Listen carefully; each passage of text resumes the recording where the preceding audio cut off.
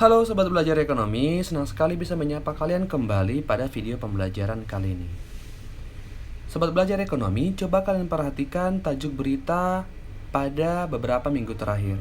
Kita pasti lebih sering menonton, melihat, ataupun membaca headline tentang waspada resesi perekonomian. Sebagian besar pemberitaan dari media massa adalah tentang waspada terhadap resesi perekonomian. Lalu sebenarnya apa itu resesi ekonomi? Singkatnya, resesi ekonomi adalah pelesuan ekonomi yang ditandai dengan melambatnya aktivitas perekonomian. Tentu, kondisi resesi ekonomi nantinya bisa berdampak pada krisis ekonomi. Ancaman resesi ekonomi pada saat ini selain disebabkan karena pandemi corona, juga disebabkan oleh perang dagang antara Amerika dengan Cina. Adapun indikator dari resesi ekonomi adalah 1. Aktivitas ekonomi menjadi lumpuh, 2. Pengangguran naik, 3. Inflasi tinggi, 4. Perusahaan gulung tikar.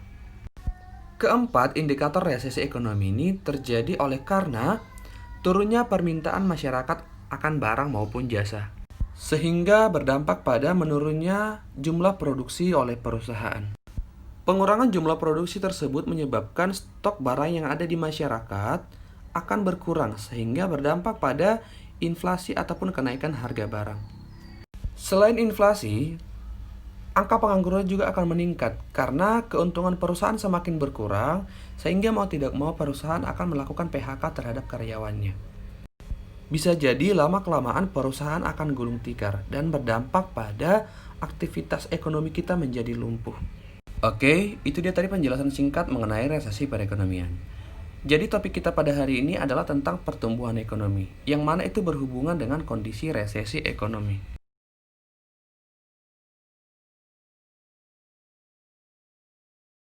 Ada 5 indikator penting dari pertemuan kali ini. 1. Pengertian pertumbuhan ekonomi. 2. Cara mengukur pertumbuhan ekonomi. 3. Faktor yang mempengaruhi pertumbuhan ekonomi. 4. Ciri-ciri pertumbuhan ekonomi. 5. Teori pertumbuhan ekonomi. Kita mulai dari pengertian pertumbuhan ekonomi.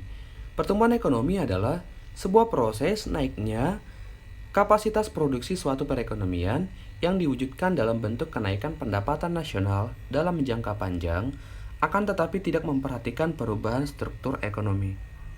Dalam konsep pertumbuhan ekonomi, yang dilihat hanyalah kenaikan pendapatan nasional, bukan pendapatan per kapita. Itu mengapa dia dikatakan tidak memperhatikan perubahan struktur ekonomi. Struktur ekonomi yang dimaksud di sini seperti apakah angka penganggurannya berkurang, apakah angka kemiskinannya berkurang, apakah tingkat pendapatan per kapitanya meningkat. Jadi dalam konsep pertumbuhan ekonomi, dia tidak memperhatikan variabel-variabel tersebut. Yang dilihat adalah angka berupa kuantitatif. 2. Cara mengukur pertumbuhan ekonomi. Karena pertumbuhan ekonomi bersifat kuantitatif, maka kita bisa mengukurnya. Ada 2 cara yang kita gunakan dalam mengukur pertumbuhan ekonomi. 1 dengan GNP real, 2 dengan GNP nominal. Lalu apa bedanya GNP real dengan GNP nominal? Kalau GNP real adalah cara mengukur pertumbuhan ekonomi dengan mengabaikan unsur inflasi. Contoh, kita ingin mengukur pertumbuhan ekonomi tahun 2019 dengan membandingkan antara GNP 2018 dan 2017. Maka, jika kita ingin mengukur pertumbuhan ekonomi tahun 2019, maka perbandingannya adalah tahun dasar atau tahun konstan, yaitu tahun 2017. Sedangkan GNP nominal adalah cara mengukur pertumbuhan ekonomi dengan memasukkan unsur inflasi. Seperti tadi contohnya, kita mengukur pertumbuhan ekonomi tahun 2019 dengan memperbandingkan tahun 2017 dan 2018. Jika kita mengukur pertumbuhan ekonomi dengan GNP nominal, maka kita memperbandingkan antara tahun yang ditanya, yaitu 2019, dengan tahun berlaku atau tahun 2018. Untuk memahami konsep perhitungannya, mari kita perhatikan contoh soal berikut. Diketahui GNP suatu negara 3 tahun terakhir, yaitu 2018, 2019, dan 2020. Pada tahun 2018, GNP-nya adalah 120.000 US dollar, 2019 122.000 US dollar, 2020 sebesar 124.000 US dollar. Dari data tersebut diminta berapakah besarnya pertumbuhan ekonomi tahun 2020 dengan pendekatan GNP real maupun GNP nominal. A. GNP real. Pertumbuhan ekonomi dengan GNP real dengan membandingkan antara tahun 2020 dengan 2018, yaitu 124.000 US dollar dikurang 120.000 US dollar per 120.000 US dollar. Dikalikan aja dengan 100% sehingga didapat hasilnya 3,33%. Sedangkan B yaitu GNP nominal, kita memperbandingkan antara GNP tahun 2020 dengan GNP 2019, yaitu 124.000 dikurang 122.000 per 122.000 dikalikan 100%. Nah, jadi didapatlah hasilnya 1,63%. Dari contoh soal tersebut, bisa kita simpulkan bahwa pertumbuhan ekonomi lebih baik digunakan dengan menggunakan pendekatan GNP real daripada GNP nominal, karena pertumbuhan ekonominya akan lebih baik. Next, faktor yang mempengaruhi pertumbuhan ekonomi. 1. Sumber daya alam. Kekayaan sumber daya alam yang dimiliki oleh sebuah negara akan membawa negara tersebut menjadi negara yang lebih bertumbuh jika dikelola dengan baik. 2. Kualitas sumber daya manusia. Sumber daya manusia merupakan faktor terpenting dalam menentukan pertumbuhan ekonomi. Sumber daya manusia yang baik atau berkualitas akan bisa mengelola ekonomi dengan baik. 3. Tingkat teknologi. Semakin canggih teknologi yang dimiliki oleh sebuah negara, maka pertumbuhan ekonomi akan semakin baik. Kenapa? Karena mereka akan bisa menghasilkan barang dengan kualitas yang lebih baik daripada negara lain dan dengan biaya yang sangat murah dan dengan efisiensi waktu tentunya. 4. Jumlah modal. Modal merupakan faktor penentu dalam menentukan pertumbuhan ekonomi. Karena semakin besar modal sebuah negara, maka pertumbuhan ekonominya akan semakin baik. Kita lanjut ke ciri-ciri pertumbuhan ekonomi. 1. Kenaikan GNP dalam jangka waktu yang panjang, yaitu lebih dari 1 tahun. 2. Tidak memperhatikan perubahan struktur ekonomi, seperti apakah distribusi pendapatan nasionalnya merata atau tidak, angka penganggurannya berkurang atau tidak, angka kemiskinannya berkurang atau tidak, pendapatan per kapitanya meningkat apa tidak. 3. Tidak disertai pembangunan ekonomi. Ekonomi yang bertumbuh belum tentu disertai dengan ekonomi yang berkembang, karena pertumbuhan ekonomi hanya memperhatikan skala pendapatan nasional, bukan pendapatan per kapita. Ciri yang keempat yaitu bersifat kuantitatif. Pertumbuhan ekonomi itu hanya bersifat angka. Misalnya, pertumbuhan ekonomi di kuartal kedua adalah sebesar 5,5%. Jadi dia hanya bersifat kuantitatif saja. Bagian yang terakhir untuk hari ini adalah teori pertumbuhan ekonomi. Ada 4 teori pertumbuhan ekonomi. 1. Menurut aliran merkantilisme. 2. Menurut aliran klasik. 3. Menurut aliran neoklasik. Dan yang keempat menurut aliran historis. Kita akan kupas tuntas satu persatu. Menurut aliran merkantilisme, pertumbuhan ekonomi suatu negara ditentukan oleh peningkatan perdagangan internasional dan penambahan pemasaran hasil produksi serta surplus pada neraca perdagangan. Jadi singkatnya, aliran merkantilisme itu berfokus kepada perdagangan internasional. Aliran klasik, tokohnya seperti Adam Smith, David Ricardo, dan Thomas Robert Malthus. Menurut Adam Smith, pertumbuhan ekonomi disebabkan oleh pertambahan penduduk yang akan memperluas pasar serta mendorong spesialisasi. Kata kunci dari Adam Smith adalah pertambahan jumlah penduduk.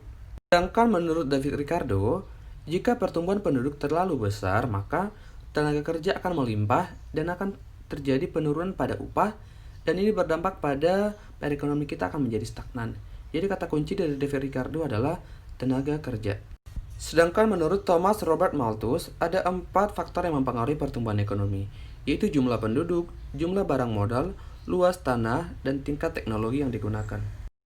Selanjutnya, aliran neoklasik, seperti Harold Domar. Harold Domar berpendapat perlunya pembentukan modal atau investasi sebagai syarat untuk mencapai pertumbuhan ekonomi yang mantap ataupun teguh. Kata kuncinya adalah pembentukan modal atau investasi. Schumpeter berpendapat bahwa pertumbuhan ekonomi sangat ditentukan oleh kemampuan kewirausahaan atau entrepreneurship. Kata kuncinya adalah kewirausahaan.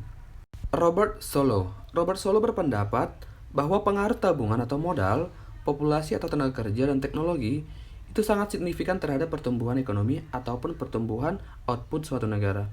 Semakin tinggi tingkat tabungan, maka semakin tinggi pula modal dan output yang dihasilkan. Jadi kata kuncinya adalah tabungan ataupun modal.